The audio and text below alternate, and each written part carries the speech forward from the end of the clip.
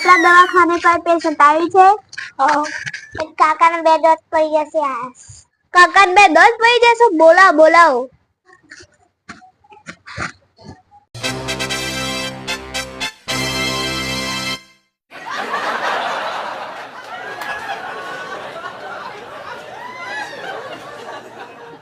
રામ રામ બેન. રામ.